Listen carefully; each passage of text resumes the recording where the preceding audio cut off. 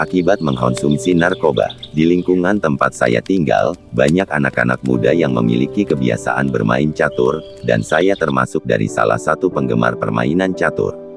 Kemampuan saya bermain catur boleh dikatakan hebat, karena saya sering menang dalam berbagai event permainan catur. Jika saya sudah bermain catur, konsentrasi saya benar-benar terfokus ke papan catur, sehingga setiap langkah biji catur saya memiliki efek dan strategi jitu, mencapai kemenangan. Namun demikian, di lingkungan saya juga ada beberapa anak muda yang memiliki kegemaran mengkonsumsi narkoba dan barang-barang yang sejenis. Perilaku anak-anak yang gemar narkoba ini cukup meresahkan warga, sebab keberadaan mereka tidak menutup kemungkinan akan mempengaruhi generasi muda yang lain, seperti yang saya alami. Saya ikut bergabung dengan mereka, hingga akhirnya saya terpengaruh untuk memakai barang haram tersebut. Pada awalnya, saya tidak mau memakai barang haram itu, sebab saya juga mengetahui bahwa hal itu akan berdampak buruk bagi diri saya, dan itu juga dilarang oleh agama.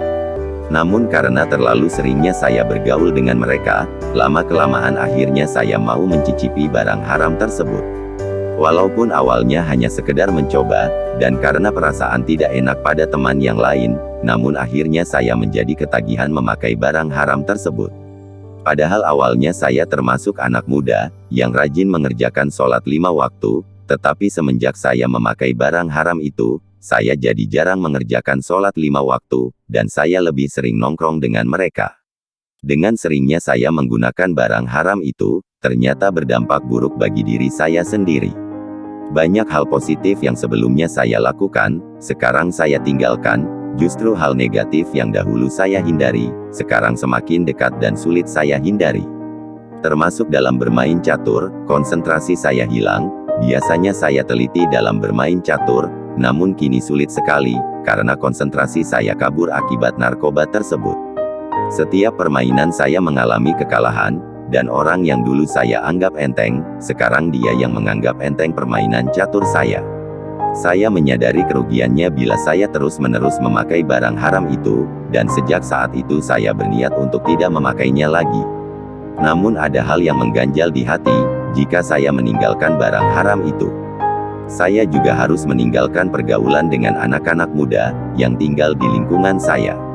Akhirnya saya memberanikan diri untuk mengambil keputusan, yaitu meninggalkan atau menjauhkan pergaulan dengan mereka. Walaupun pada awalnya banyak cobaan yang saya hadapi, di mana mereka pada membenci saya, dan menganggap saya sombong, karena tidak mau lagi bergaul dengan mereka, tetapi saya berusaha cuek, biasa saja dengan segala cobaan, dan perkataan mereka. Alhamdulillah, sekarang saya dapat menjauh barang-barang haram, dan hidup saya menjadi lebih tenang, walaupun saya seperti orang asing di tanah kelahiran sendiri. Tetapi bagi saya itu lebih baik daripada saya bergaul dengan mereka, dan bergelimang dengan kesesatan. Saya pernah membaca hadits Nabi Shallallahu Alaihi Wasallam, yang mengatakan, sesungguhnya Islam bermula dalam keadaan asing, dan akan kembali asing sebagaimana sedia kala, maka beruntunglah orang-orang yang asing. Hadis riwayat Al-Baihaqi. Dengan membaca hadits itu, saya menjadi tidak takut jika diasingkan dari lingkungan pergaulan. Ada juga hadis yang senada, jadilah di dunia ini seolah-olah kamu orang asing, hadis riwayat Bukhari. Mudah-mudahan apa yang saya lakukan saat ini dibenarkan oleh Allah Subhanahu wa Ta'ala, dan dapat diambil manfaatnya. Amin.